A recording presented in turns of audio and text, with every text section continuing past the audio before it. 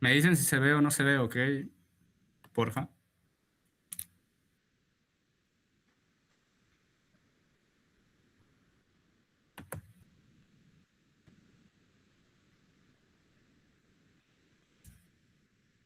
Aquí está.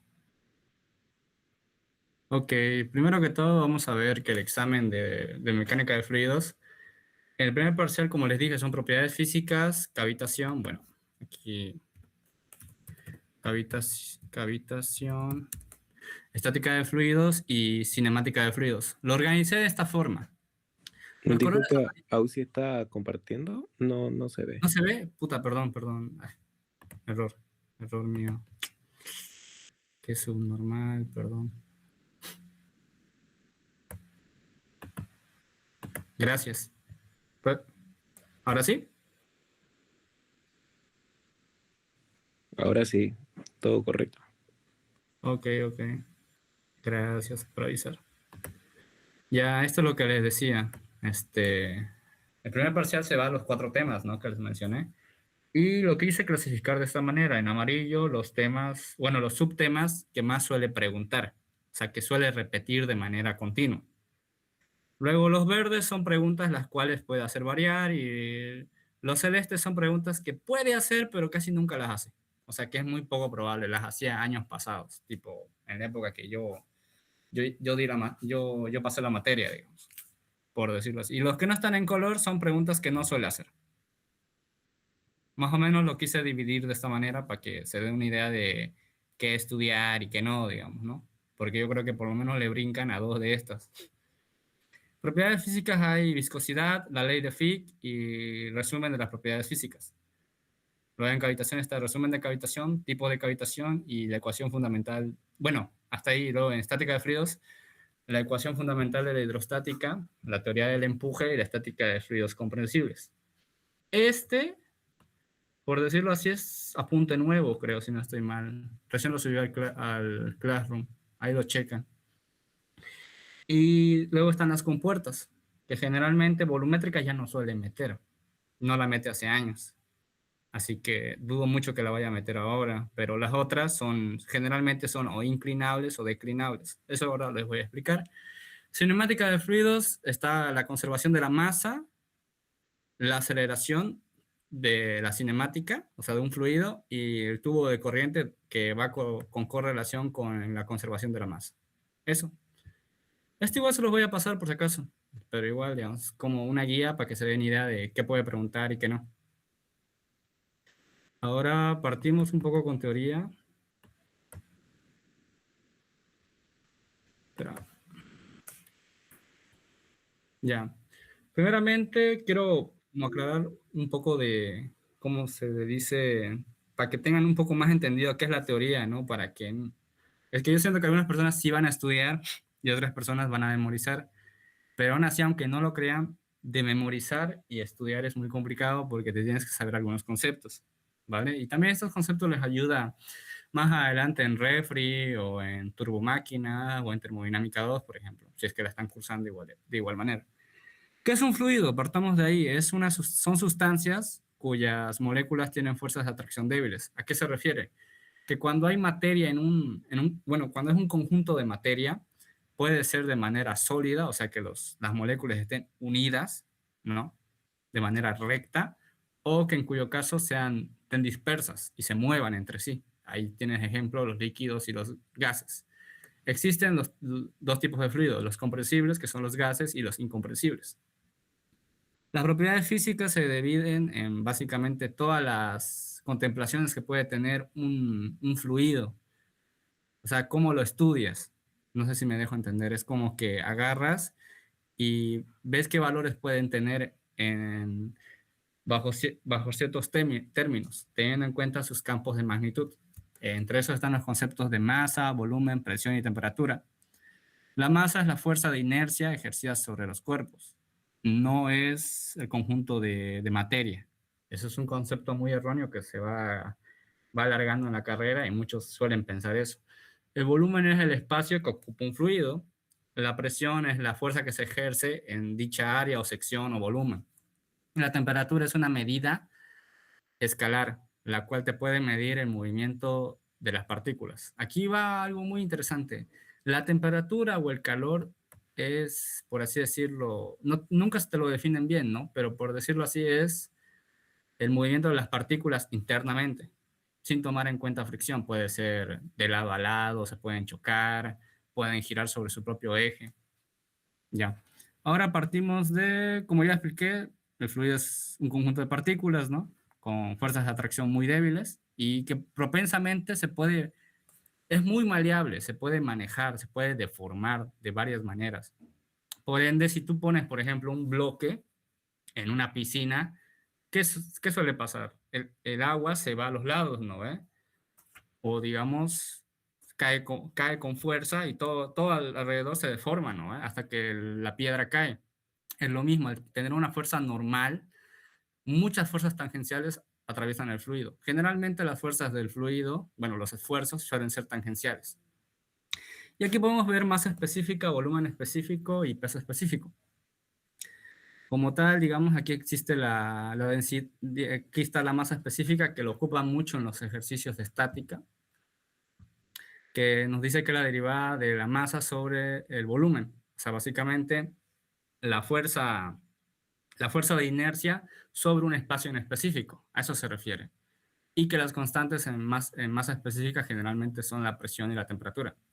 El volumen específico, podemos decir que es un espacio donde se requiere cierto fluido.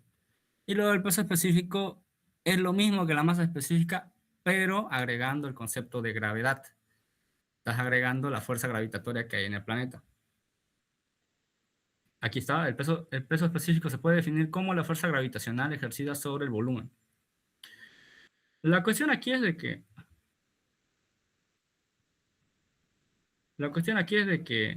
en esta terminación ustedes especifiquen bien qué es masa específica, volumen específico y peso específico. ¿Por qué? Porque con estos valores se llega a jugar con problemas de compuertas o para encontrar ciertos valores. Luego de eso existe, como tanto dijimos que hay comprensibles y incomprensibles, ¿no? En este caso existen también la relación de comprensibles de los líquidos, o sea, fluidos incomprensibles. Que básicamente lo que nos dicen es que es la relación que existe entre la respuesta del volumen hacia la presión. ¿Por qué? Porque el volumen es algo maleable en temas de agua, aceite, en fluidos, básicamente líquidos, pero todos se ven sometidos a la misma idea, la presión.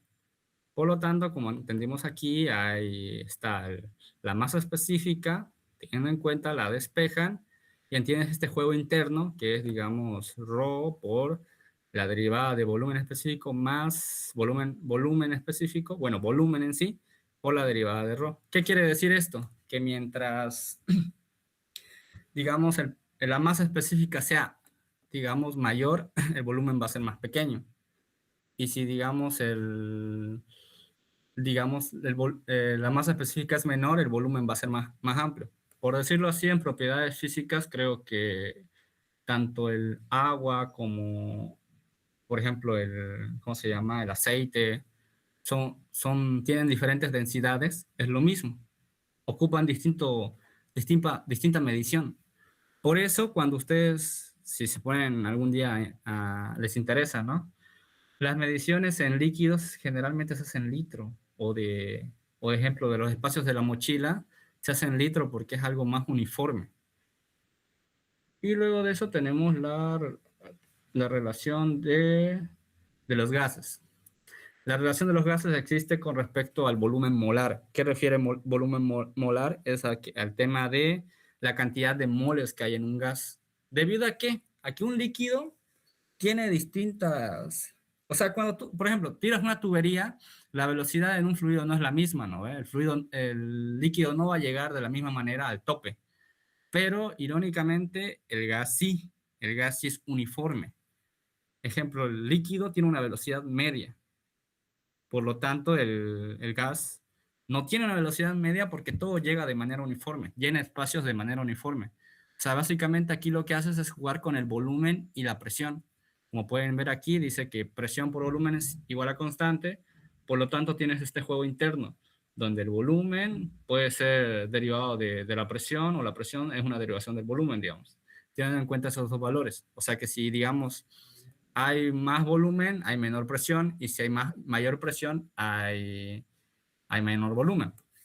Y teniendo en cuenta eso, tenemos también los valores de calor. ¿Por qué? Porque un gas se evalúa con el tema de una temperatura.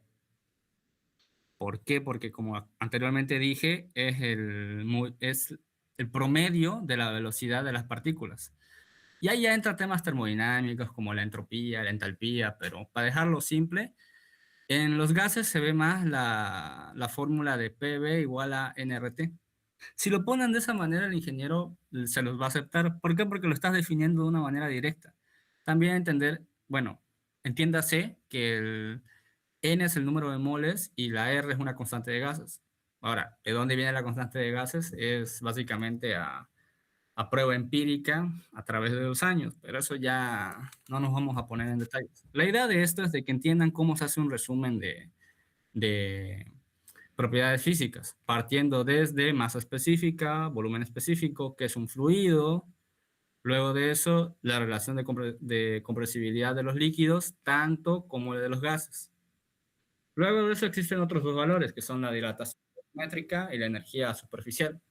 Espérenme, cacho, voy a ver esto. No hay más personas. Ya. Cacho, a ver. Ahora sí, volvamos a lo nuestro. Ya, la dilatación volumétrica, como expliqué anteriormente, el fluido llega a tener esfuerzos internos, ¿no? Es muy deformable. Por lo tanto, su dilatación siempre va a ser volumétrica, por el hecho de que un fluido siempre va a tener un volumen en específico, ya sea en gases con los moles o un líquido que ocupa un espacio. Y básicamente es esto. La sumatoria, la mayoría de las longitudes es por B. ¿Qué es B? Es, digamos, por decirlo así, el valor, una constante, si no estoy mal, de deformaciones por la cantidad de temperatura. ¿Por qué? Porque el fluido se deforma a través de la temperatura. ¿Ok? Se basa en los fundamentos, ¿vale? En los fundamentos que les estoy explicando acá. ¿Por qué? Porque les digo que la atracción, un fluido tiene una atracción débil. O sea, que se refiere a que las moléculas están esparcidas entre sí mismas, por lo cual, digamos, la temperatura que es, les dije, es el promedio del movimiento cinemático, ¿no? Que existe internamente. Por lo tanto, la única cosa que puede deformar un fluido llegaría a ser, o ya sea por una fuerza externa en los líquidos, pero en los gases, generalmente la temperatura. Igual se puede por la temperatura en los líquidos, pero generalmente es por esfuerzos. Luego existe la energía superficial, que en ese caso es, digamos, los esfuerzos por el área. Esto se ve mayormente en cavitación. Básicamente es la energía superficial que puede haber internamente en un cuerpo y también externamente. ¿Qué presión interna y externa tiene? Eso, básicamente ese es el resumen de propiedades físicas. Ah, no, falta, bueno, si les pide la pregunta, resumen de propiedades físicas, ese sería el resumen. ¿Hay alguna duda para avanzar a la siguiente pregunta?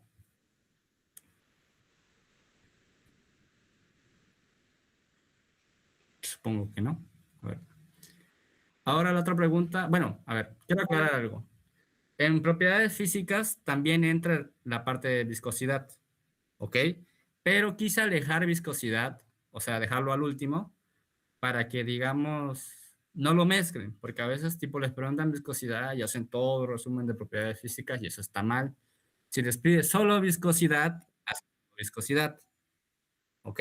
Si les pide propiedades físicas, hacen todo lo anterior visto con viscosidad incluida, ¿ok? Pero aquí hay gente para entrar, sí, hay todos. Ya lo emití. Ahora sigamos. Tomando en cuenta esto, ya podemos ver qué es viscosidad. La viscosidad, como anteriormente les mencioné, es, bueno, ¿qué dijimos de los fluidos? Son deformables, ¿no? y también están separados entre sí mismos porque no tienen una atracción tan fuerte entre ellos, entre las moléculas. Así que básicamente la viscosidad es la resistencia de un fluido al deformarse. Básicamente es eso. O sea, si yo aplico una fuerza de cierta medida en poner en una placa, ¿no ve? Y digamos esa placa está ponerla en un recipiente de agua, el fluido se va a deformar, básicamente. Y esas deformaciones, bueno, esas mediciones de viscosidad se toman en cuenta por básicamente las fuerzas que se ejerce en el fluido y también por la densidad que tiene, o sea, por la composición del fluido. Para dejarlo así claro, también esto se ve en elasticidad o en resistencia de materiales, que cuando un material se somete a una fuerza, ¿no? Dependiendo del tamaño del área, se va a deformar de cierta manera, ¿no? Por decirlo así, es de una manera tanto similar. No igual porque, bueno, el fluido es diferente, básicamente porque tiene una composición diferente y digamos, no tiene ese nivel de rotura que tiene un sólido, pero podemos decir que es similar, más no igual. Eso diría yo. Y en viscosidad existe tanto dinámica como cinemática. En este caso podemos ver el ejemplo de que aquí hay una placa de esfuerzos, ¿no? De manera recta, pero el fluido va a responder de manera tangencial. O sea, si ustedes aplican una fuerza normal que es recta, el fluido va a responder de manera tangencial. ¿Por qué? Porque el fluido, como dije, es maleable, va a tenderse a ir a esos lados. Tomando en cuenta eso, podemos decir que la viscosidad depende de un cierto gradiente, que la viscosidad es de cierta manera una función lineal. ¿Por qué? Porque mediante más fuerza apliques va a haber una mayor deformación. A eso se deben las explicaciones de acá. Por ejemplo, acá toma X y Y como coordenadas, no del plano. Aquí podemos ver que es la velocidad en la que el fluido se va a deformar y teniendo en cuenta altura como un valor determinado por el área o el espacio que estamos calculando, ¿no? Y lo toma en cuenta tanto las ecuaciones como de Y y B. Ah, ¿qué sucede aquí? ¿Por qué hay una Y al medio? Porque, por decirlo así, lo toma de valor medio. Ya dijimos que en los líquidos se toma valores medios. ¿Por qué? Porque en los gases se llenan de manera completa. Si hay una habitación y se llena puro de vapor, el vapor va a ser uniforme. En tanto, si lo lleno de agua, no. ¿Por qué? Porque, digamos, va a tardar en llenarse. Y es lo mismo, esto básicamente calcula la velocidad media del fluido al deformarse. Como pueden ver, B sobre Y sobre B0, que es, digamos, el valor máximo que va a tener por la altura. Y básicamente juegas con esos valores y aquí tienes la resolución matemática. Ahora viéndolo de manera física, la fuerza tangencial, aquí que está, es igual a la fuerza sobre el área del fluido. ¿Y aquí qué se toma en cuenta? Se toma en cuenta el mismo gradiente que estamos ocupando acá. Este gradiente es el mismo de acá. ¿Por qué? Porque, digamos, se toma en cuenta las derivaciones del cambio medio del fluido para poder encontrar de manera óptima la viscosidad. Y ya despejando nos quedaría esto, que es la viscosidad dinámica. ¿Por qué dinámica? Porque tomamos en cuenta los valores de fricción. Ahora, cuando no se toman los valores de rozamiento, ¿no? Se ocupa la viscosidad cinemática, que sería mu sobre masa específica. Eso sería en viscosidad. Ahora, van a ver en el libro que es bastante largo el tema, pero ¿por qué lo acorto yo? Porque, digamos, en su examen tienen una hora. Si le hacen una Biblia entera de todo lo que hizo en el libro, se van a tirar. ¿Por qué? Porque él va a saber que no vinieron a clases. Básicamente por eso. Porque muchas veces hacen su Biblia, hacen como 3, 4 hojas de una respuesta, llenan todo de matemáticas, pero él sabe que él no avanzó eso en clase. O sea, él lo resume. Si han ido a sus clases del ingeniero Sauma, lo resume. Y por eso les digo, si van a hacer sus apuntes, háganlo de una manera entendible a que él diga, ah, bueno, vino a clases. Básicamente a eso me refiero. Y hay preguntas relativamente cortas porque les meto un ejercicio. Básicamente, en el segundo parcial las preguntas son más largas. Así que eso. Ok, ya acabamos con, a ver, ¿por dónde íbamos? Ya acabamos esta parte de propiedades físicas. Sí, ahora toca cavitación. Ok.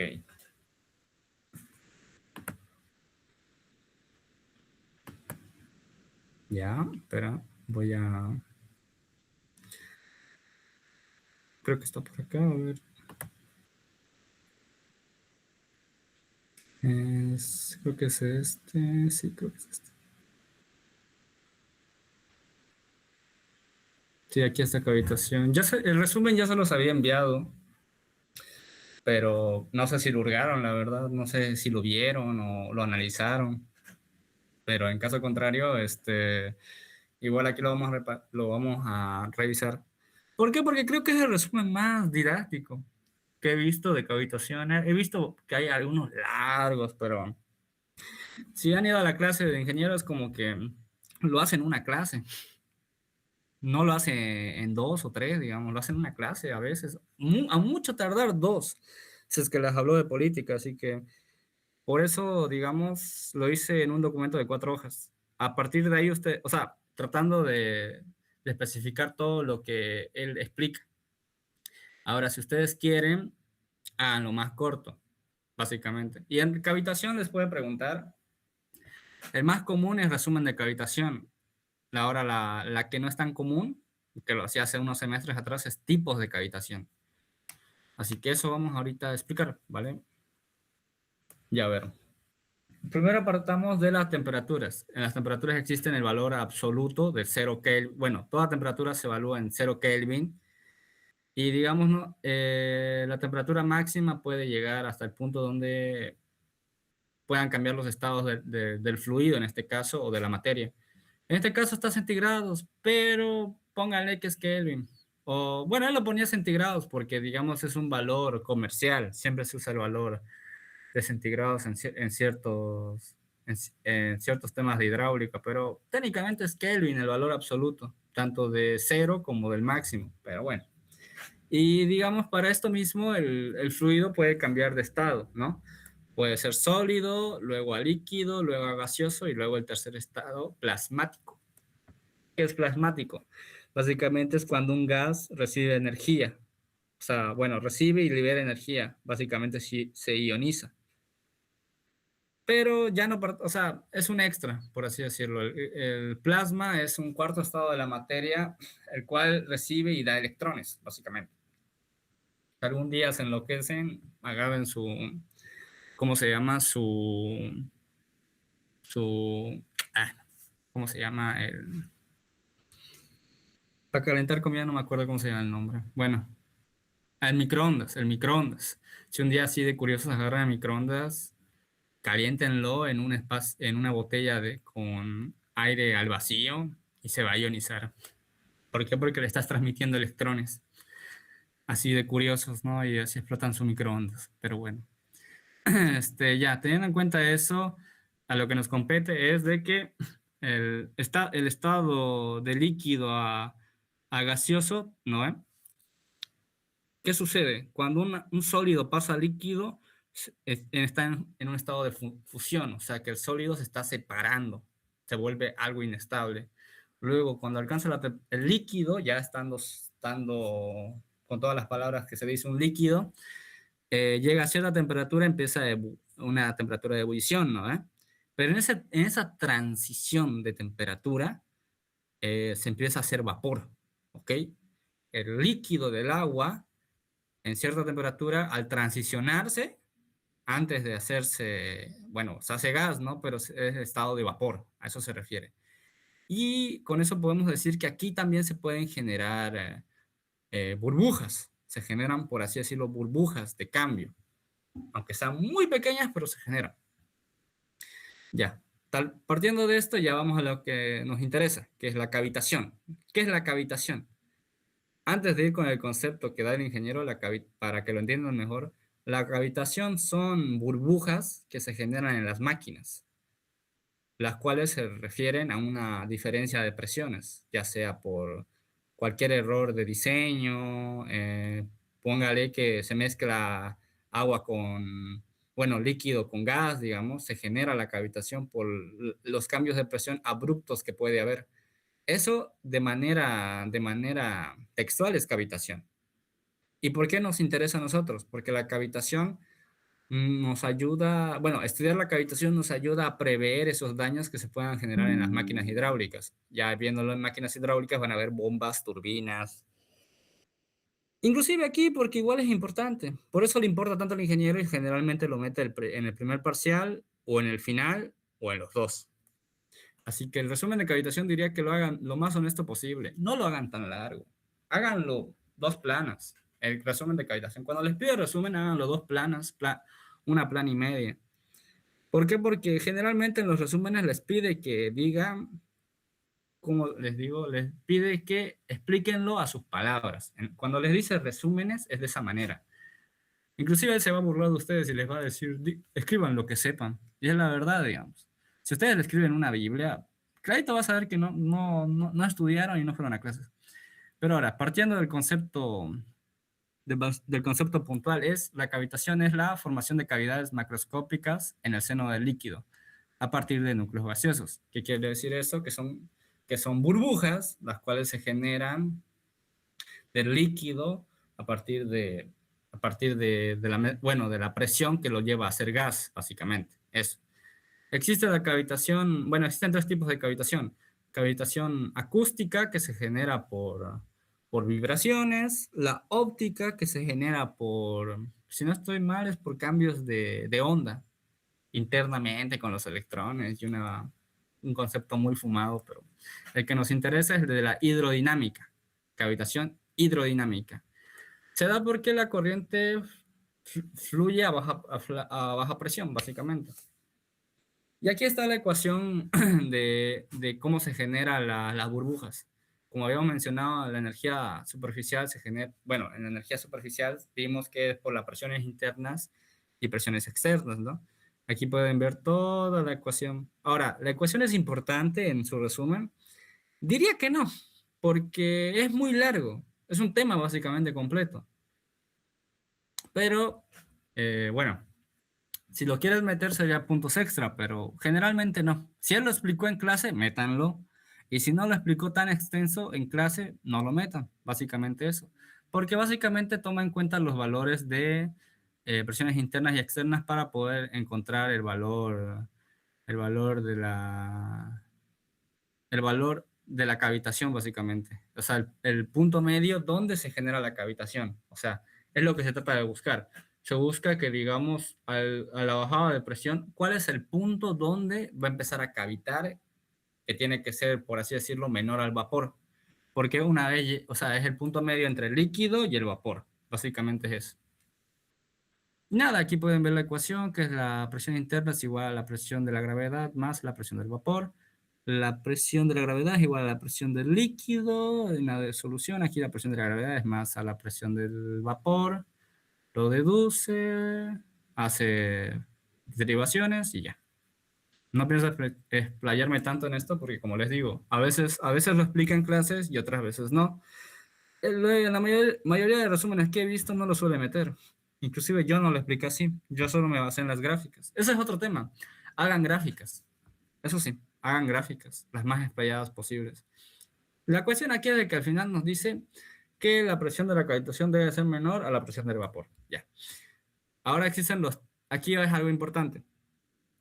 Como les dije, les puedo preguntar resumen de cavitación o tres tipos de cavitación. Y aquí están los tres tipos.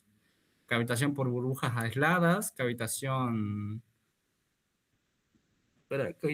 por cavidades semipermanentes y cavitación por pulsos de presión. Ya, cavitación por burbujas aisladas. Básicamente es donde, se genera cuando el fluido llega a tener una tensión muy alta de vapor, o sea, se está calentando, por decirlo así, y digamos, llega a haber un escurrimiento. O sea, llega a haber una zona de erosión donde el fluido empieza a ser afectado y ahí se genera, básicamente. por un cambio de presiones abrupto. Generalmente todas las cavitaciones se generan por un cambio de presiones abrupto, pero es para dejarlo más entendible de esa manera. De que se sale de las zonas de presión, básicamente. O sea, que un fluido está de manera directa y ¡pum! Se cae, ¿no? Ya sea puede ser un cambio abrupto de temperatura, un mayor espacio. Hay un montón de variaciones, alguna salida que no se haya contemplado, pero generalmente es por aumento de temperatura, en su mayoría. Y como pueden ver, aquí hay una dirección de escurrimiento, la cual nos dice la presión de cavitación y la presión normal que debería haber, y hasta este punto se empiezan a generar los valores de cavitación. Y aquí podemos ver las burbujas de cavitación, y esta ya es una zona de erosión. Todo esto va a ir a una dirección de escurrimiento para que las burbujas lleguen a ser liberadas y hagan una implosión. Eso es muy importante. La cavitación no genera una explosión como tal, genera una implosión dentro de las burbujas, y eso hace que se dañe el material o la máquina. Ya, a ver, después de eso existe, bueno, al saber, digamos, qué genera la cavitación, existe, digamos, que se genere por una frecuencia de presiones. Básicamente puede ser dañado de distintas maneras. Puede hacer una vibración, ¿no? Puede dañar los cojinetes, puede dañar la máquina como tal, una erosión que dañe a la máquina y no solo al fluido, la fatiga en los materiales, digamos, que se está utilizando por una extensión de fuerza de carga, y ahora la cavitación por cavidades semipermanentes. ¿Esto qué se debe? A que aquí, digamos, se puede ver el tema de las bombas o turbinas que no están alineadas de manera uniforme o no han tenido una revisión exhaustiva. Cuando ustedes vean las máquinas, las turbomáquinas térmicas o turbomáquinas hidráulicas con el ingeniero Sauma, ellos dos les van a decir de que los ángulos son tan importantes porque si no hay un ángulo de manera explícita, básicamente se genera cavitación en esas irregularidades del material. O sea, zonas donde ¡pum! Se cae el fluido y hay un cambio de presión. Y se genera, digamos, semipermanente. ¿Por qué? Porque, digamos, en ese pequeño lapso se genera y ya genera cavitación. No es como un cambio constante como este. Y luego existe ya... Ah, bueno, perdón. Aquí está, digamos, el valor... Ah, no, perdón. Esta es... Sí, estábamos acá ya. Cavitación por pulsos de presión. Se da cuando, digamos, hay en cuerpos amortiguados y máquinas hidráulicas. Lo mismo, si en este caso no hubo una buena alineación de la máquina, en este caso, digamos, al no ser asegurada de manera correcta, al, digamos, trabajar más de su potencia de la que debería trabajar, se van a generar fluctuaciones de presión, lo cual va a hacer que en los puntos más bajos, ¿no?, se va a generar la cavitación de manera directa. Y aquí pueden ver una especificación de la presión debe ser el valor medio más las fluctuaciones de presión. ¿Por qué? Porque por diseño no te deberías permitir esas pequeñas fluctuaciones. ¿Qué pasa si en cierto... O sea, es como cuando, ejemplo, en centrales eléctricas hay una medición como tal para que en ciertos días del día vayas, bueno, en ciertas horas del día, perdón, se vaya a trabajar de mayor consumo energético. Esto es lo mismo. En ciertas horas de una bomba, por ejemplo, va a trabajar de mayor medida porque puede ser que el río o en cierta temporada el río sea de mayor cantidad o la exigencia del agua en la empresa sea de mayor cantidad. Por eso se deben las fluctuaciones de presión, al no garantizar esa idea. Pero recuérdense que se da por cuerpos amortiguados y máquinas hidráulicas, bueno, básicamente, y se produce por las fluctuaciones de presión de una gran amplitud y baja frecuencia. Ahora existe el coeficiente de índice. El coeficiente básicamente nos permite analizar la cavitación de manera directa para poder, digamos, desarrollarla. O sea, puede trabajar de manera macro o micro, por decirlo así, en la cual nos dice, ¿no?, que el índice se llama el índice de Thomas. En sí tiene varios nombres, pero digamos, en temas realistas es el índice de tomas en máquinas hidráulicas. Ahora, de manera matemática, y lo que están estudiando ustedes ahorita es del índice de cavitación, que es por maneras menos directas, donde no se estudia tanto los valores reales. En estos casos sí se mide, miren, peso específico por la altura de la superficie, por la presión del vapor y la presión atmosférica. Aquí simplemente está tomando los valores teóricos. Pero aquí les explico el coeficiente de cavitación.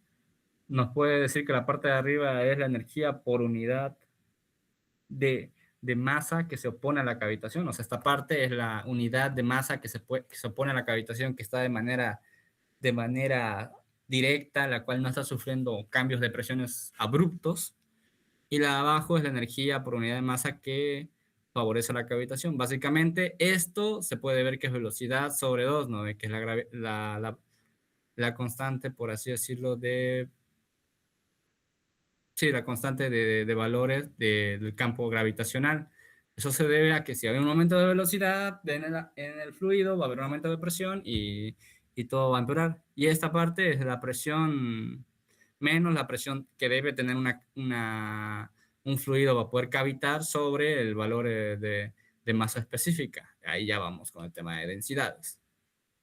Ya, variables de la cavitación, básicamente puede haber un montón de variables, vibraciones, los ejemplos que les di de que no ajusten bien una máquina hidráulica, de que trabaja a mayor o menor potencia de la que debería trabajar, bueno, mayormente a una capacidad mayor, ¿no?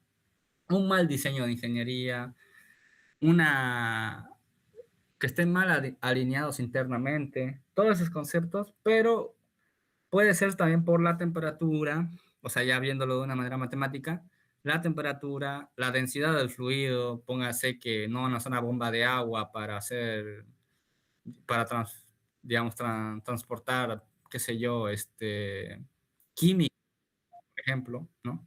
Todas esas cosas pueden ser, digamos, variables clave. Hay muchas variables que pueden dar la cavitación, ¿no? Bajadas de presión. Pero la más importante y la que estuve recalcando mucho en la explicación fue el gradiente de presiones. Todo va a ser, bueno, el 80% de las cavitaciones va a ser por el gradiente de presiones. Es la variable, por así decirlo, clave de una implosión para una burbuja de cavitación. La variable digo, el gradiente de presiones. ¿Qué es un gradiente? Ya les expliqué, pero les vuelvo a explicar que el gradiente es la variación o el cambio, básicamente es una derivada, el cual, por decirlo así, hace un cambio de fase o de trazo hacia otro lado. Básicamente es el concepto de gradiente, ¿no? Una variación que existe en una función o en un sistema. El gradiente de presiones básicamente es eso, que digamos, si varía la presión, sea que se disminuya, suba, haya una fluctuación, como vimos, todo, o sea, hay un pequeño cambio en algún punto, todo eso se va al gradiente de presiones, que es el punto clave donde se genera la cavitación. Ahora en parte teórica, ¿dónde se genera? En cuencos amortiguadores, bombas y turbinas, en válvulas, si no están bien ajustadas, rápidas alineadas y decreciones, eso ya es más en ríos. Si quieren no la pongan, enfóquense en lo que es en su rama, bombas y turbinas, válvulas. Y bueno, después están los métodos para evitar la cavitación.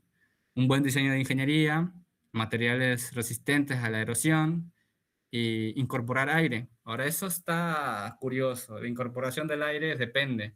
En temas de civiles, se incorpora aire para poder hacer uniforme digamos, en las bombas inyectoras, por ejemplo. Se utiliza aire para, digamos, que sea de manera uniforme, para que no haya espacios y es donde ahí se va a generar la cavitación, básicamente. Ahora, en nuestro caso, no es tan visto.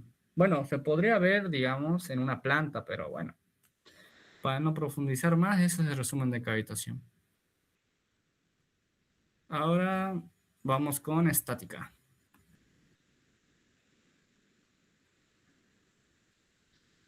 Un- ¿Se está entendiendo hasta este punto o no sé, se durmieron? No sé.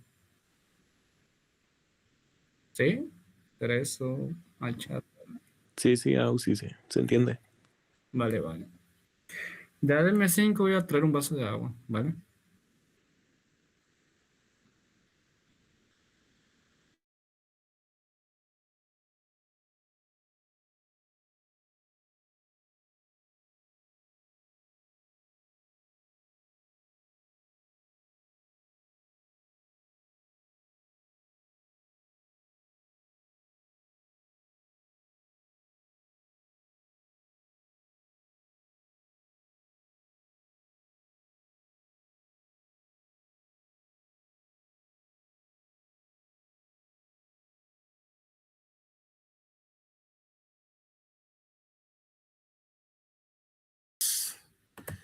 Am, ya, se ve, ¿no?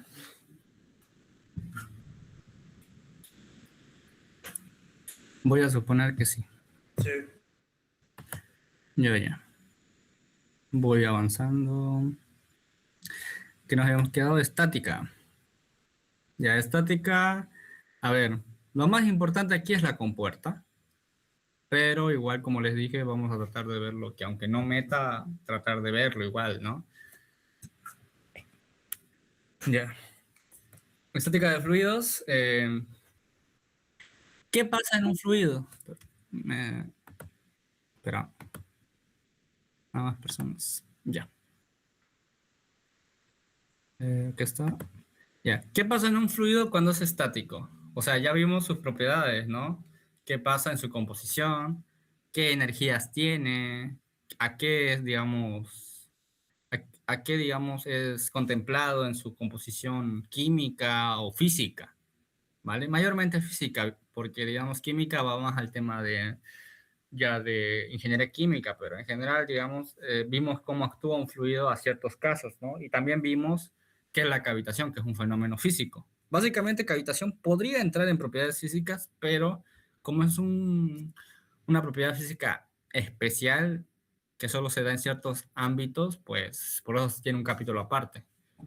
Ya, pero ahora, estática de fluidos es cuando un fluido, como ¿qué dijimos del fluido? Es deformable, ¿no?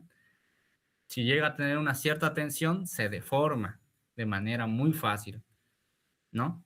Y ahora vamos a la estática de fluidos, que es, digamos, ¿qué pasa si un fluido, o sea, tiene que tener una, o sea, si el fluido fuera solo deformable, en pocas palabras, no tendremos materia. Todas las partículas estarían dispersas sin ningún tipo de cuerpo.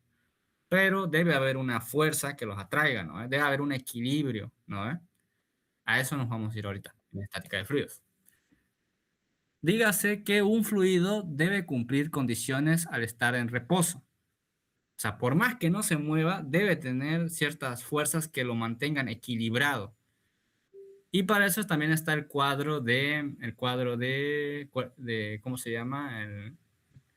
Lo ven con el ingeniero Valdivia, el cubo de equilibrio, creo que le dicen. No me sé bien el concepto, pero es el cubo de equilibrio, donde se ve de manera matemática como un material, digamos, o una materia en general, ya sea rígido, gaseoso, líquido, bueno, en su mayoría líquido y sólido, mejor dicho, se puede, digamos, deformar, bueno, se puede ver las deformaciones sin ver factores externos. Es como cuando en termodinámica ustedes veían gases ideales.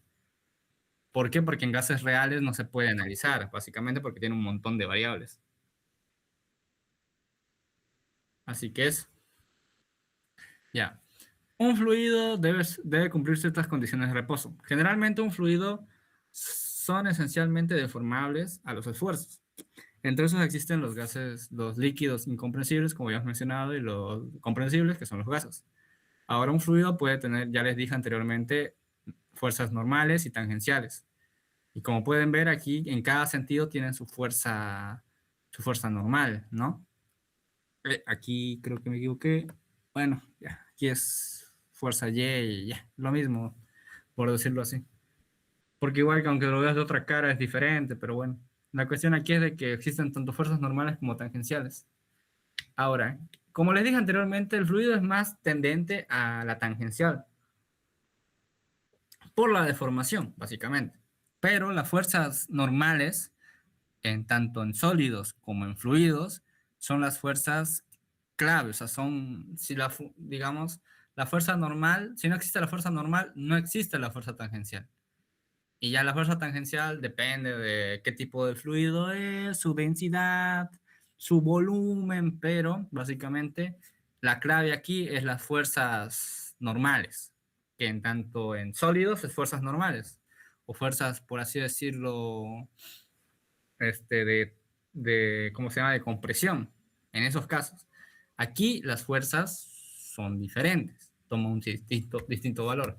Como pueden ver en este ejemplo, en la matriz del esfuerzo, va en una línea recta diagonal teniendo en cuenta las caras de X, Y, Z y sus derivaciones, ¿no? Y, Z, ZX, ZY y tanto aquí lo mismo. Pero, como les dije, si quitas los esfuerzos tangenciales en un sólido, solo queda los esfuerzos normales, que serían esfuerzos simples de ver, ¿no? Pero generalmente se toma eso de en cuenta en los sólidos, pero en los fluidos no se toma como fuerza normal, se toma como valor de presión. ¿Por qué? Porque la presión es lo que representa. Básicamente, si un fluido tiene una presión, de ahí generas la viscosidad, la fuerza tangencial que hay en ese mismo fluido. Todo es dependiendo de ese valor, por eso en este caso se ven las P's. Dígase que en este caso dice cuando se descompone las fuerzas normales y tangenciales quedan las fuerzas normales. En este caso se representa como presión y la tangencial como mu, que es la viscosidad, básicamente.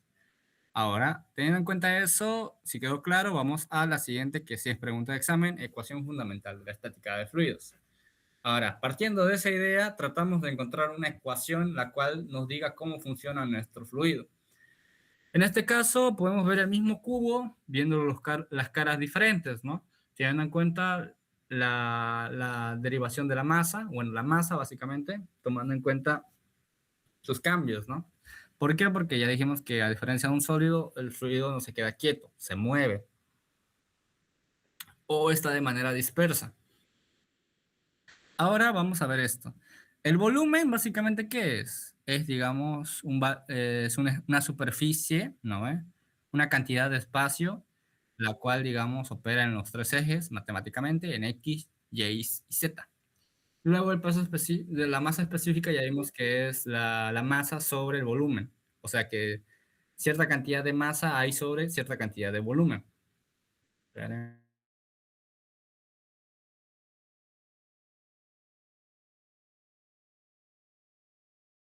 Estaba aquí. Teniendo en cuenta eso, también sabemos que la fuerza se va a distribuir tanto en los ejes. Bueno, a ver, de manera simple, se podría decir de que no se puede analizar un fluido porque siempre va a ser de manera tridimensional. ¿Por qué? Porque esos valores, o sea, ejemplo, en elasticidad se puede manejar la ley de Hooke, por ejemplo, que es la deformación simple. Ya si quieres ver deformación completa del cuerpo, tiene la ley generalizada de Hooke. Pero en este caso, aunque no lo crean, el fluido básicamente se tiene que manejar en los tres ejes. ¿Por qué? Porque, digamos, llega a ser una masa, como dije, deformable y por eso también, digamos, todos los valores que se interpreten tienen que ser de esa misma manera, ya sea velocidad, aceleración, la fuerza. Ahora hay valores netos, ¿no? Pero igual, o sea, básicamente se distribuye en esos tres ejes por esa razón. Si es que ven tantas X, Y, Z es por eso, porque no se ve de manera simple, se ve de manera generalizada. Ya. ¿Me van siguiendo hasta ahí?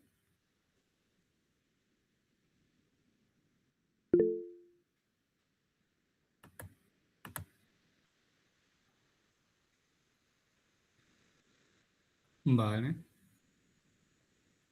Ya vamos, sigamos. Ya.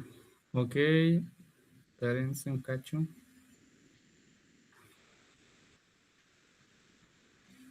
Ya.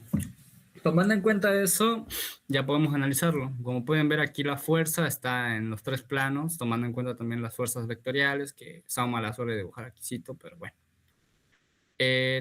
Partiendo de la ecuación de fuerza es igual a masa por aceleración, ¿no? Esa es la segunda ley de Newton. En palabras textuales no, pero de manera ecuacional sí. Ya, teniendo en cuenta eso, podemos despejar, ¿no? Que la fuerza va a ser sobre la masa igual a la aceleración, ¿no? O bueno, ese es el valor que se le da. ¿Por qué? Porque, digamos, aquí entra un factor muy importante, que es el operador Nabla.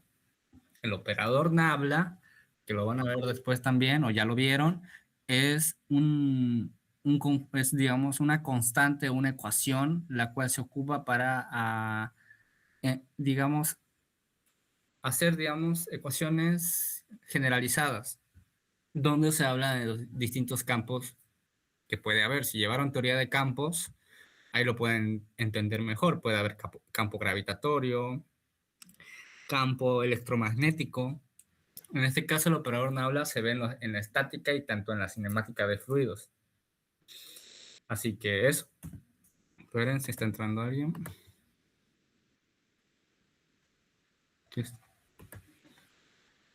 Así que eso es el concepto de operador Nabla, que como dije es, digamos, bueno, no una constante, es una ecuación, ¿no?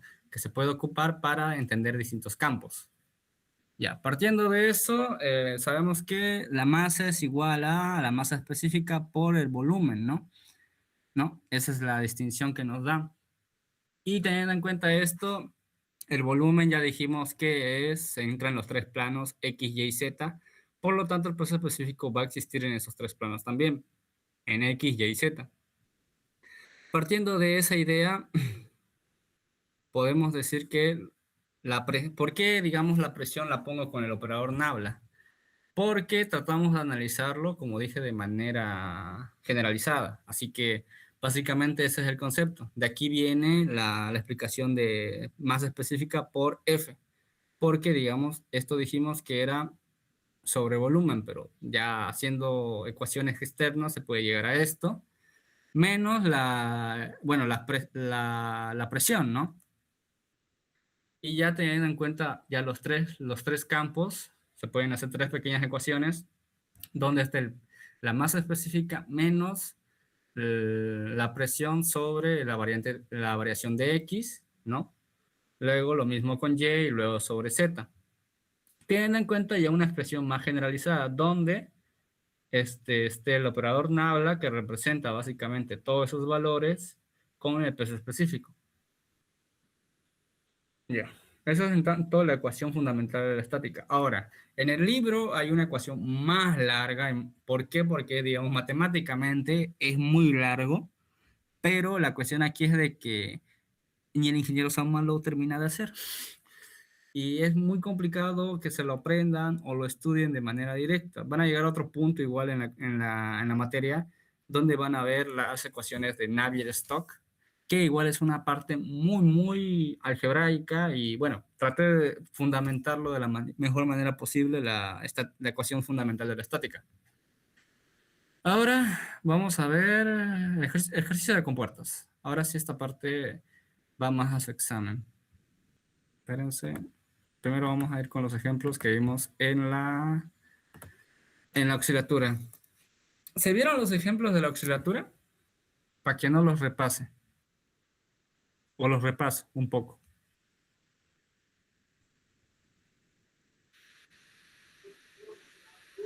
Hola. Un poco, un poco. Un poco repasemos. Ya, entonces repasemos. O sea, es porque ya lo expliqué en la auxiliatura y lo pueden ver porque lo tienen ahí en el grupo o si quieren lo vuelvo a pasar, no hay problema. Pero igual quiero que entiendan algunos conceptos para hacer el otro ejemplo. Es lo mismo, pero digamos, la única diferencia es de que el otro es el ejemplo que ya está repitiendo como 2 años, creo, 3 años. No sé, desde que entré a la U creo que lo está repitiendo. Y si ya lo tienen bien estudiado, la verdad es mejor. Antes no lo podíamos hacer así porque el auxiliar de turno no lo sabía y Saumann no lo llega digamos, a explicar tan bien. Ese es otro tema. No hay una forma directa de saberlo. Era como que al tanteo nomás, pues, ver libros. Y los libros lo resuelven de una manera y él lo resuelve de otra. Y tuvimos que decirle en clases para ya de una vez que nos garantice que estaba bien. Pero bueno, ya encontrar una forma directa de resolverlo es muy fácil. Porque antes hacíamos otros ejercicios que eran articulados. Ahora los ejercicios que él plantea son más fáciles. Ya. Primer ejemplo, a ver, ya, primer ejemplo, el 2. Determina el centro de presiones, ¿no?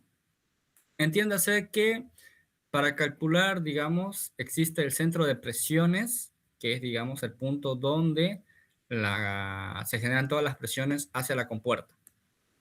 Luego de eso, también existe el otro punto que es el punto medio de la compuerta, o sea, el centro, pero de la compuerta, la altura que existe desde la superficie del fluido hasta la compuerta. Luego es diferente claramente al centro de presiones que está de aquí a acá. Ok, quédense con eso. Luego está la altura de la compuerta y luego está la altura completa del recipiente hasta el suelo del fluido. Para sacar la altura del centro de la compuerta, ¿no? Desde la superficie hasta la mitad de la compuerta, se debe jugar un poco con las alturas. En este caso utilizamos H1, que es 3 metros, ¿no? Menos el H2, ¿no? Que el H2 llegaría a ser este punto medio. No, perdón, el H2 es esto, la altura completa que te da la compuerta, ¿no? Aquí, o sea, la altura de acá a acá, básicamente, dividida entre 2. ¿Por qué? Porque, digamos, si te da... Eso Sauma juega bastante con ustedes. A veces les puede dar este valor y les puede dar este valor, o en cuyo caso les da este valor y luego les da este valor. Y ya, y los jode, digamos. Tienen que saber restar y dividir, básicamente, en este caso. Los ejercicios de Sauma suelen ser sencillos, solo que los hacen pensar un poco. En este caso, como le digo, para analizarlo, si lo tienen de esta manera y les dio estos datos, entiendes que H1 es 3 metros, H2 es 2 metros. ¿Qué haces para encontrar esto, que es HCG, que es lo que queremos? Pues agarras, restas 3 metros sobre la mitad de 2, que llegaría a ser 1, y te da 2 metros. Ahí ya tienes HCG, ¿vale? Ahora, ¿cómo se calcula el área? El área se calcula por digamos, la altura de la compuerta, que es 2 metros en este caso, por la base de la compuerta que te da Sauma en datos. Suele poner B generalmente. Y eso lo multiplicas. Siempre tiene que ser la altura y base de la compuerta. Generalmente es multiplicación porque no les va a dar una compuerta circular. O sea, me refiero a que la forma puede ser diferente de este lado, puede ser, digamos, hacia los lados, pero generalmente de manera tridimensional es cuadrada. Así que siempre va a ser base por altura, perdón. Eso. Ya esto es otro tema, es para encontrar centro de presiones, pero no lo suele pedir tanto, pero a ver si lo quieren, no creo que sea necesario repasarlo. No lo suele pedir. O sea, que les pide la altura de presiones, no, casi nunca. Ahora está este otro ejemplo, que es, digamos, encontrar la fuerza hidrostática. Este es un ejercicio simple, de manera directa. Te da los valores de masa específica, gravedad, altura 1, altura 2, base. Lo mismo, aquí te da altura 2 y acá no te da HCG. Y luego te da, ¿cómo se dice? La altura 1, 3.5. Y en eso, ya les dije, juegan con las alturas, obtienes 2.5 metros, el área nos dijo que era base 1 metro, y luego la altura de la compuerta es H2, así que es 2 metros, 1 por 2 es 2 metros al cuadrado. Ahí ya tienes tu altura y tu altura del centro de gravedad de la compuerta. Y la fuerza hidrostática es igual a ¿qué? Es igual a la masa específica por la gravedad, por el centro de la compuerta, por el área, básicamente, de la compuerta. Es eso. Ahora, ¿de dónde me saqué estos 1000 kilogramos sobre metro cúbico? Es que generalmente les da 1000. ¿Por qué? Porque es fácil de calcular, hasta para él. Generalmente la masa específica depende del lugar donde vivas, a qué presión estás y a qué altura, pero él les suele dar 1000 o les puede dar peso específico directamente y ustedes ya no ocupan la G, ¿ok? Es muy importante porque a veces se chipan y no, digamos, o sea, les puede dar de esta manera, ¿no ve? O les puede dar de esta otra manera. ¿Entienden? Esto entiéndanlo bien, porque a veces se chipan y luego no lo hacen mal, digamos. Ya teniendo en cuenta eso, ya tenemos los valores que es 1000 kilogramos sobre metro cúbico por la gravedad, que es 1.8 metros sobre segundo al cuadrado, el centro de presiones, que es 2.5 metros, y el área, que era 2 metros al cuadrado. Calculando te da 49.050 newtons. Ahora, si lo quieren redondear, redondearlo a 40.005 newtons, bueno, kilonewtons. Ya, este sería un ejemplo simple y ya vimos cómo se saca las alturas, ¿no? Ahora, aquí están las curvas sumergidas, las famosas curvas sumergidas. Esto lo preguntaba antes, ahora ya no lo pregunta tanto, pero igual lo vamos a ver porque puede ser que los meta. Ahora, otro punto, si les pide la fuerza hidrostática o fuerza resultante, es lo mismo, no cambia, es lo mismo. ¿Por qué? Porque la fuerza hidrostática es el punto donde se encuentran las fuerzas verticales y horizontales. Y llega a ser lo mismo. Solo que aquí cambia que cuando son sumergidas, o sea, entiéndase, digamos, de que son volumétricas, como en este caso, ¿no? O sea, que tienen curvas. Si tiene una curva, ya sea hacia aquí o hacia afuera, son, ¿cómo se dice? Se resuelven ya descomponiendo horizontales y verticales. Si fueran solo rectas, ¿no? Con ángulo, no, se resuelve normal como este ejemplo. ¿Ok? Si, digamos, no tiene forma de curva, se puede resolver de la forma hidrostática. En caso de que tenga alguna curvas sumergidas, sí o sí tienen que calcular las horizontales y verticales. ¿Por qué? Porque se deforma la fuerza, así que tienen que calcularlo. Y luego de eso saca el resultante. En este caso nos dice calcular los componentes horizontales y verticales. En este caso, ya, aquí en la horizontal nos plantea que la fuerza va hacia acá, ¿no? Hacen el mismo procedimiento que una fuerza hidrostática, calculando el centro de presiones. Aquí pueden ver que es 1 metro, ¿no? Sobre H2, que es 5, ¿no? Encontrarán que el valor creo que es 4.5, ¿no? Y luego el área va a ser, digamos, ¿cómo se llama? La base, ¿no? La base, que va a ser 7 metros, más la altura de la compuerta, que va a ser 1. Y ahí tienen su valor de masa, digo, de fuerza hidrostática. La fuerza vertical ahora es diferente. ¿Por qué? Porque esta fuerza venía acá. Ahora la fuerza vertical viene de los lados, bueno, de hacia arriba, ¿no? Lo cual lo descomponemos. ¿Por qué? Porque aunque no lo crean, si solo hay una fuerza hacia acá, no tendría sentido, se caería. También hay una fuerza que se opone al movimiento hacia acá arriba. Por lo tanto, se descomponen dos figuras, que son fuerza 1 y fuerza 2, que tienen básicamente las mismas dimensiones, pero se tienen que... La fuerza vertical va a ser, digamos, a la fuerza de oposición, que es la 2, bueno, la fuerza que está yendo del fluido, menos la fuerza de oposición. Y aquí básicamente lo descompone de la misma manera de acá. El punto 1. Solo que aquí toma en cuenta ya no el punto del centro de presiones, toma en cuenta el volumen. ¿Por qué? Porque, digamos, aquí encontrabas porque era directo, ¿no ve? Era de manera horizontal. En temas verticales se calcula de manera volumétrica. ¿Por qué? Porque lo estás dividiendo en dos cuerpos. Y ya calculas teniendo la geometría descriptiva, restas del F1 menos el F2, y ahí tienes la fuerza vertical. Teniendo en cuenta eso, ya la fuerza horizontal y vertical, básicamente por vectores, porque son dos vectores, se saca raíz y ya tienes tu fuerza resultante. Eso chicos. Eso es tanto en curvas sumergidas como en compuertas normales. Cómo sacar el centro de la gravedad de la compuerta y la fuerza hidrostática. Recuerden, lo vuelvo a recalcar de manera directa. Si les da alguna curva, redondo, qué sé yo, de alguna forma, es de esta manera. Si, digamos, la curva estuviera hacia afuera, también se resuelve de esta manera. ¿Por qué? Porque al ser una curva, tiende a deformarse más, por lo tanto, se tiene que calcular de fuerzas verticales y horizontales y recién la resultante. Si no es, digamos, de esa manera, entonces, si es recta, inclinada, declinada, no importa el ángulo, se resuelve de esta manera, ¿ok?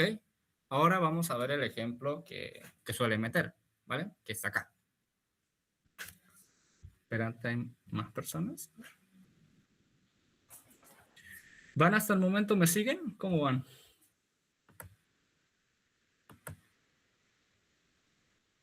Está bueno. Está bueno. Sí, sí, ya Corea. Sí, pregunta.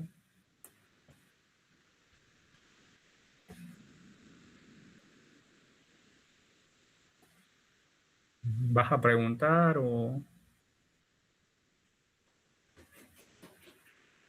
Supongo que no. Ya, voy a seguir, ¿ok? Em, ya vamos a acabar, igual nos falta mucho.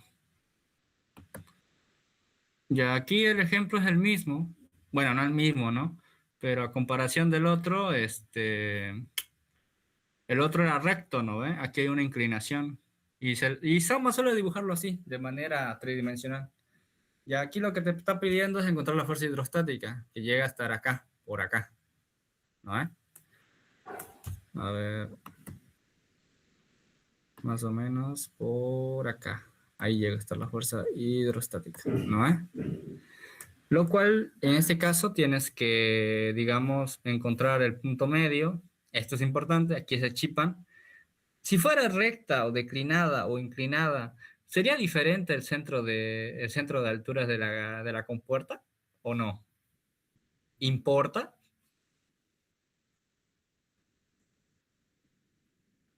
Bueno, a ver, la respuesta es que técnicamente no. ¿Por qué? Porque, digamos, estás calculando el centro de la compuerta para poder, digamos, dar una fuerza teórica y un lugar respectivo teórico. ¿Por qué? Porque, digamos, el centro va a ser más o menos por acá arriba y no va a ser al lado de la fuerza. Suele haber una cierta variación. Pero importando no el ángulo, la fuerza va a ir de manera directa. Así que no llega a importar mucho. ¿Por qué? Porque si lo vemos de manera geométrica, es verdad que te elimina muchos decimales. Pero digamos, créanme que hacerlo de manera geométrica es horrible. Así que no les va a gustar hacerlo de manera geométrica. Así que preferible es calcularlo por la fuerza hidrostática.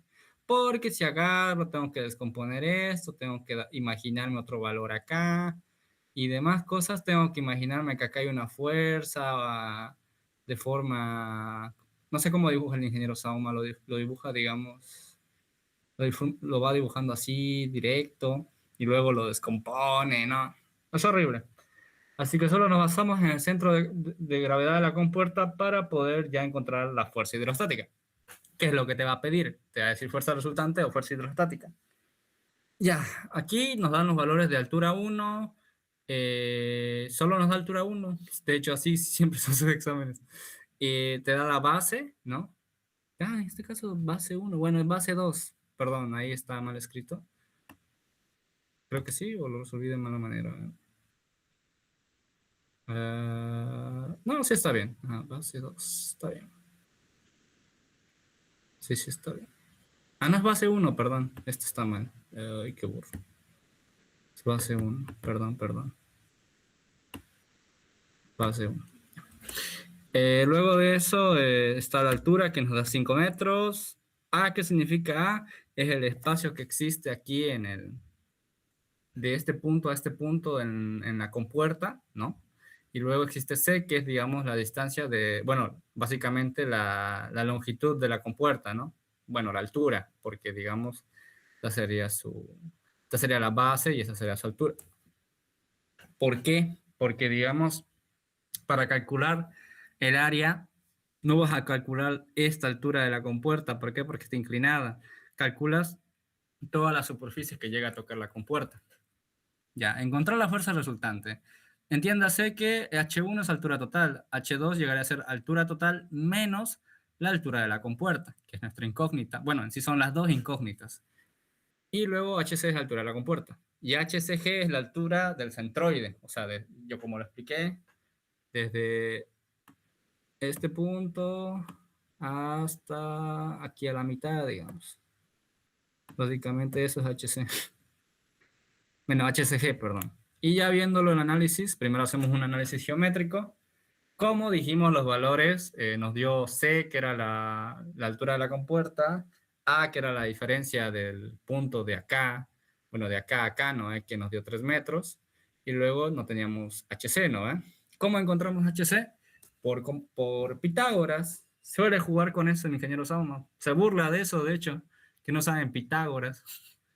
Así que eso, si los pone de manera, ponerle con una inclinación hacia arriba, va a ser lo mismo. Igual van a tener que encontrar este cateto opuesto, porque no les suele dar la altura de la compuerta. O si les da la altura de la compuerta, se les puede quitar esta altura, igual lo encuentran por Pitágoras, ¿ok? Y a tener en cuenta Pitágoras, sabemos que C es igual a 4 metros, A es igual a 3 metros, sacamos Pitágoras y nos da 2.65 metros. Ya H1 sería 5 metros, la altura de la compuerta es 2.65 metros, H2, que llegaría a ser la resta de los dos, ¿no? Pero bueno, sí, técnicamente la resta de los dos, ¿no? Llegaría a ser 2.35 metros. Y luego, la altura del centroide, o sea, la altura de la superficie hasta la mitad de la compuerta, llegaría a ser H2 más, o sea, estamos sumando desde este punto hasta, o sea, estamos más este poquito más que nos falta, ¿no? Para encontrar el centro de la compuerta. ¿Y eso qué llegaría a ser? El centro de la compuerta dividido entre 2 y te da ese valor que es 3.65 metros, básicamente.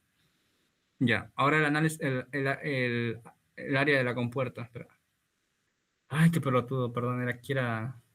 Ah, perdón. Bueno, igual lo voy a pasar bien, pero aquí era 2 metros, perdón, me estoy confundiendo. Es el hambre. Aquí es 2 metros, por si acaso. Ya en este caso era el área de la compuerta es igual a la base por la altura de la compuerta, que es 2 por 4 metros. Ah, no, puta, hice pendejadas, la verdad. Perdón, tómanlo como 1, perdón. Error mío. Error mío. 1.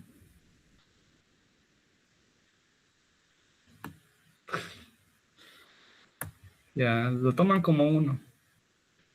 Bueno, igual, digamos, no afectaría nada al anterior cálculo, porque, digamos, si no lo tomaran como 1, de todas formas, si fuera 2, igual lo multiplicaríamos, ponele, sería 8, igual entraría 8 área aquí, y bueno, sería un cálculo diferente, pero vamos, que es lo mismo, ¿no? O sea, si sea 1 o 2, no afectaría nada al cálculo de altura, solo que me chipó un poco con los datos al principio, nada más.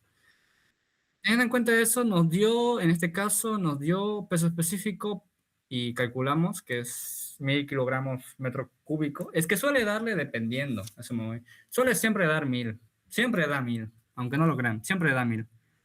Y luego de eso nos da por la altura del centroide, que es 3.675 metros, por el área de la compuerta, que sería 4 metros cúbicos, bueno, 4 metros al cuadrado, perdón, lo cual nos da una fuerza hidrostática de 140.207 newtons. En kilonewtons serían 144.5 kilonewtons. Ahora, después de pedir también el ángulo, o sea, qué ángulo está inclinado la compuerta, lo cual podemos decir que es, digamos, es el coseno de 3 metros sobre 4 metros, básicamente. Eso. Bueno, eso sería el ejercicio. Si no les pide ángulo, no lo hagan. Básicamente. No hagan cosas que no les piden. Eso. Ese sería el ejercicio.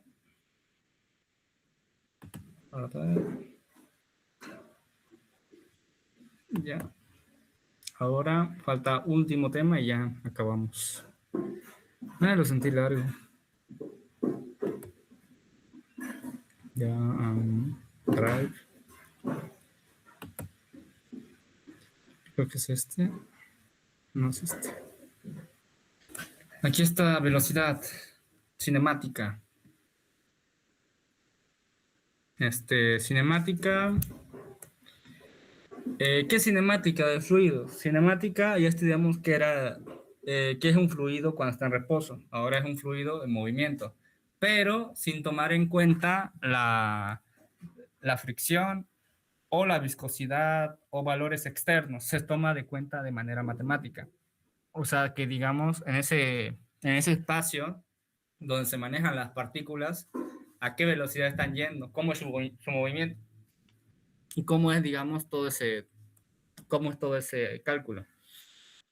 Primer punto a ver en cinemática, bueno, generalmente no mete flujo rotacional ni potencial, pero suelen meter generalmente aceleración, caudal o tubo de caudal, bueno, tubo de conservación de masa, que es el tubo del caudal, digamos, donde pasa la masa.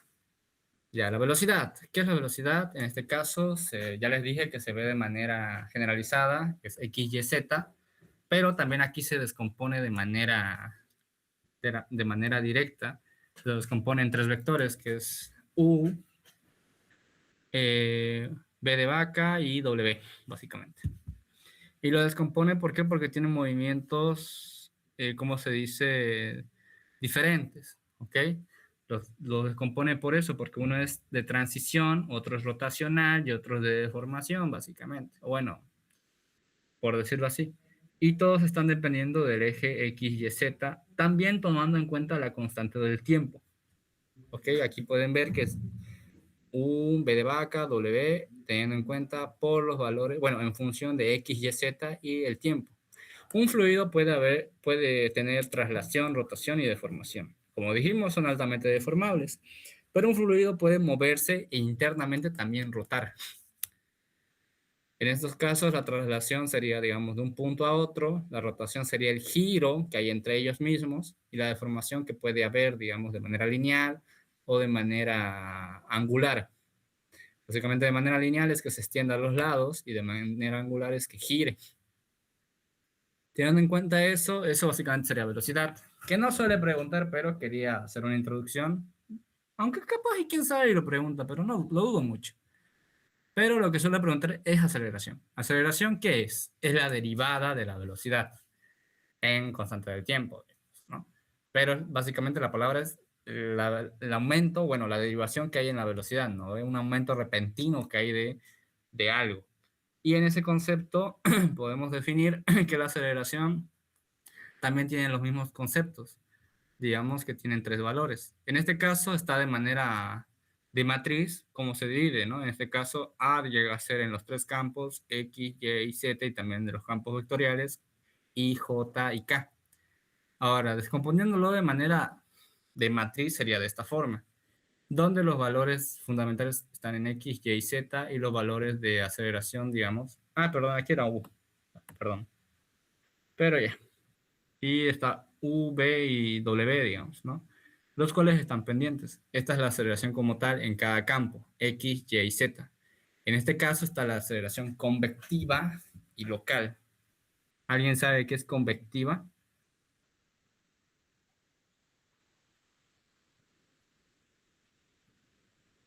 ¿Alguien? ¿No? Bueno. Ya, a ver. Ya teniendo en cuenta eso, la aceleración se compone igual, bueno, se compone generalmente de dos valores cruciales, ya que la velocidad puede depender de la deformación, ¿no? Que dijimos anteriormente. La aceleración como tal se divide solo en dos. ¿Por qué? Porque, digamos, es un cambio repentino. La deformación debe tener un cierto tiempo estimado. Y como es una variación, se elimina la parte de la deformación. Pero en este caso, se divide en dos partes, ¿no? Convectiva y local.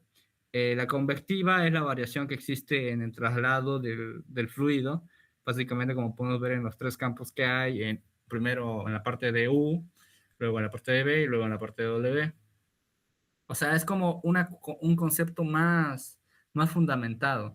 La deformación llega a estar en la aceleración, pero de manera secundaria, no de otra componente. Ya, teniendo en cuenta eso, ¿por qué? Porque cuando se traslada un fluido se llega a deformar de todas maneras. Llega a haber si hay un aumento de convección, va a haber un aumento de deformación al mismo tiempo. Y teniendo en cuenta eso con los valores de U, B y W, básicamente. Es la derivación que existe en U, por, digamos, en el campo X, Y y Z respecto de U. La derivación que existe en el campo B, o sea, si no estoy mal, que era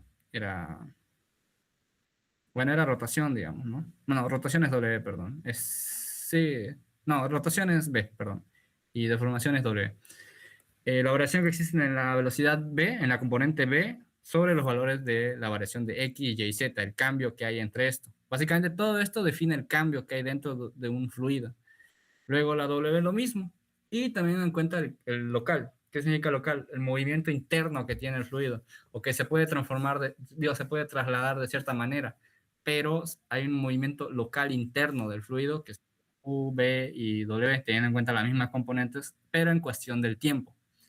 Esa sería de manera matricial. Ahora el ingeniero lo que les pregunta generalmente es aceleración por la terna intrínseca. Esa pregunta, por decirlo así, suele repetirla bastante, la repite demasiado, mucho diría yo. Así que la vamos no, ya la dije. La vamos a explicar un poco más, no detallado, ¿no? Pero porque ya deberían saber coordenadas intrínsecas. O sea, se supone que ya deben saber. La mayoría ya están en fluidos. Deberían saber esto de manera fácil, pero bueno. En las coordenadas intrínsecas se miden por el hecho de que se toman tres componentes. Tangencial, normal y binormal. La velocidad está compuesta, bueno, se tiende a que hay un campo de referencia aquí, ¿no? La R es, digamos, el campo, ponele, el cual está sometiendo, digamos, una partícula, la cual se está moviendo y tiene tres horizontes para poder moverse. ¿Por qué no es X, Y, Z o demás? ¿Por qué? Porque se está tomando de manera intrínseca. Y digamos, teniendo en cuenta las coordenadas intrínsecas, solo se toman en temas de movimientos tres valores que cambian. Como dije, inicial, binormal y normal. Ahora, teniendo en cuenta eso, dijimos que la partícula se mueve de cierta manera hacia B y solo hay valores de B en tangencial, ¿no? Descomponemos. La aceleración que dijimos que era la derivación de la velocidad, ¿no? Con respecto del tiempo. La descomponemos aquí ya que dijimos que de manera intrínseca solo hay valor de BT, no es B con la tangencial, ¿no? El valor de la coordenada. Aquí nos da una derivación de las dos y usando el álgebra podemos decir que se va a multiplicar y lo vamos a separar, que en este caso la derivación de B sobre la derivación del tiempo por el valor tangencial más el valor, digamos, de la derivada de t, que era, digamos, el valor tangencial sobre la derivada del tiempo por b. Y este valor, ¿qué nos dice? Que se va a volver r. R que dijimos que es el punto de referencia en el campo, en el campo que estamos manejando, en este caso gravitatorio, ¿vale? La R se puede tomar distintos valores, pero generalmente en racional y en fluido se toma como el campo gravitatorio. Y ahora teniendo en cuenta eso ya tenemos dos valores. ¿Por qué? Porque ahora tomando en cuenta el valor de R, estamos también teniendo este valor, el del normal. Ya, ahora teniendo en cuenta esos valores, ¿qué podemos saber de esto? Que la aceleración tiene tanto tangencial como normal. ¿Por qué? Porque tanto se mueve como tiene un movimiento hacia el punto de referencia. Por lo tanto, la misma forma de acá llega a ser local y convectiva. Ya, teniendo en cuenta eso, ya tenemos la derivada de B sobre la derivada de T.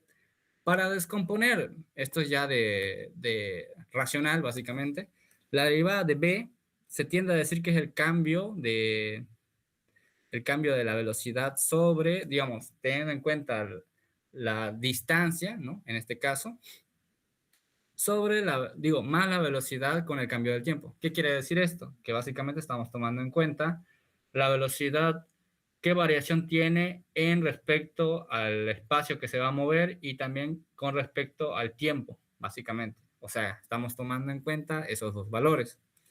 Ya separando, bueno, teniendo en cuenta que lo dividimos sobre el tiempo, se van a ir eliminando, esto se va a volver una B, bueno, una velocidad, y en este caso se va a eliminar la otra velocidad y va a quedar el cambio de velocidad sobre el cambio del tiempo.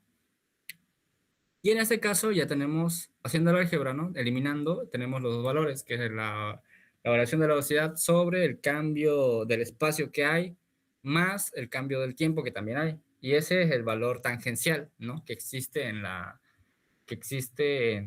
terna intrínseca de la aceleración. Esto sería el valor convectivo. ¿Y de dónde saqué este b al cuadrado, ¿no? Sobre r. Porque estamos teniendo en cuenta de que r es el campo gravitatorio. Tomamos en cuenta que el valor que utilizamos en los fluidos es el gravitatorio. Por lo cual, en este caso, teníamos acá la r, que llega a ser un punto de la relación del campo, y lo cual lo volvemos al cuadrado por el mismo hecho de que estamos hablando en un sistema gravitatorio. Así que, básicamente es eso. Y en este caso está local y convectiva. Ahora lo último, caudal. La conservación de la masa nos dice que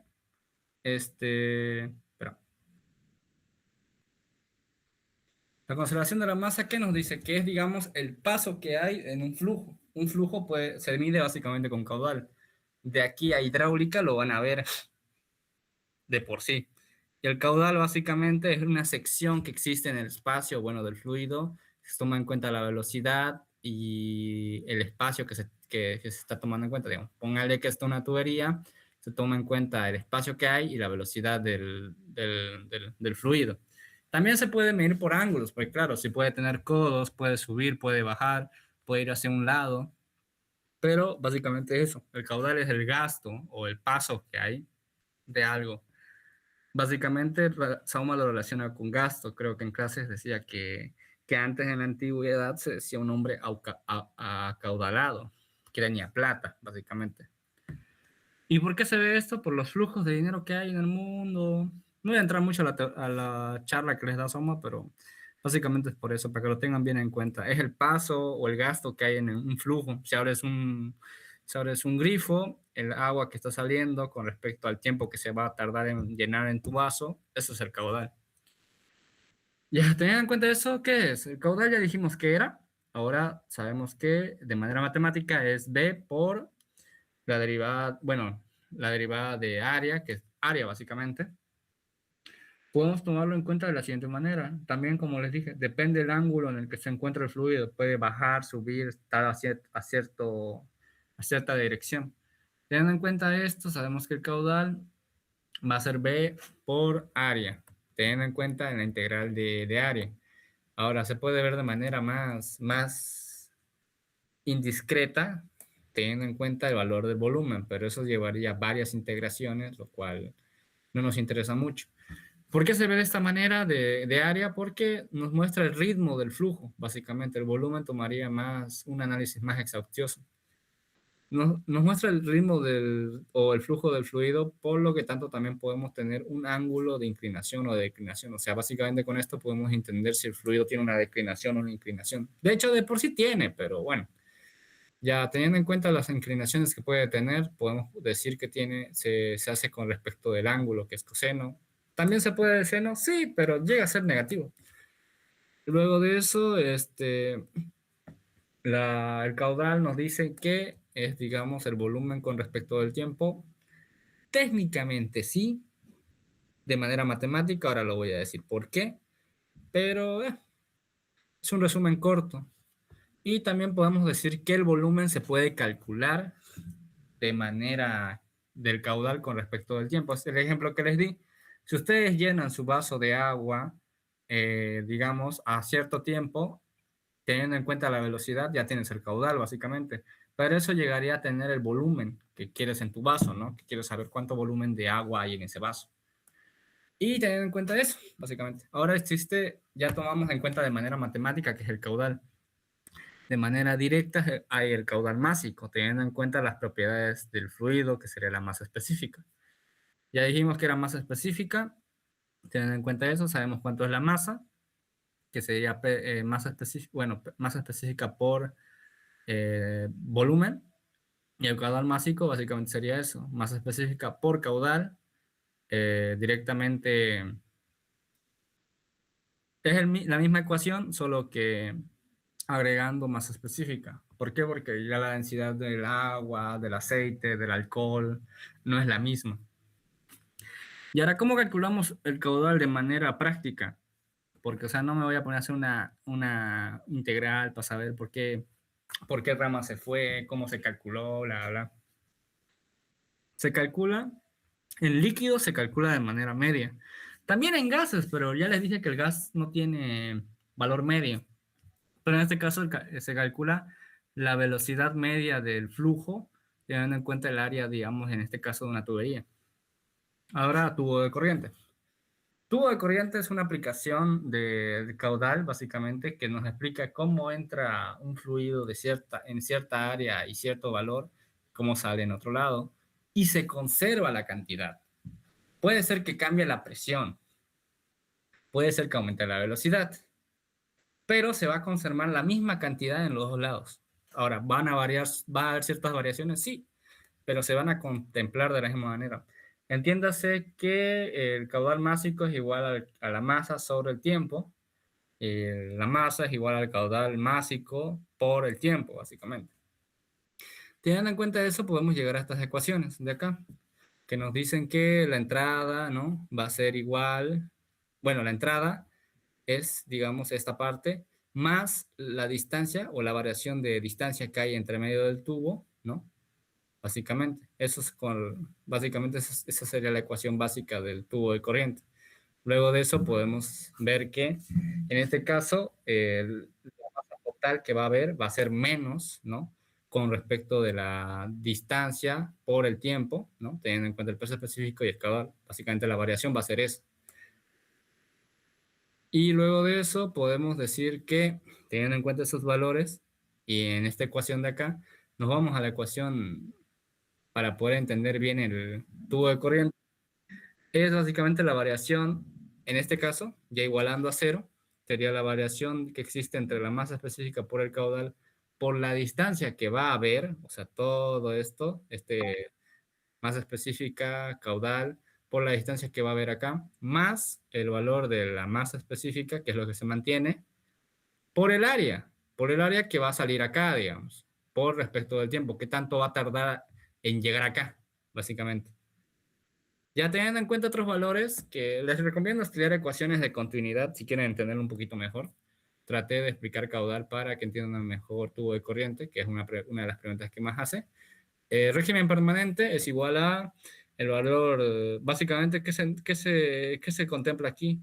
Que, digamos, el valor va a ser constante, o sea, que el caudal no va a incrementar o declinar de cierta manera. Nos dice que, digamos, el valor del peso específico y el área sobre el tiempo no va a aumentar, o sea, no va a haber un cambio abrupto aquí. Eso nos dice el régimen permanente, que va a mantenerse, o sea, de forma lineal, no va a cambiar nada. Teniendo en cuenta eso, sabemos que peso específico y caudal llegarán a ser constantes, lo que nos da que, digamos, masa específica, volumen y área van a ser las mismas de entrada como de salida. Y eso sería todo. ¿Dudas, consultas?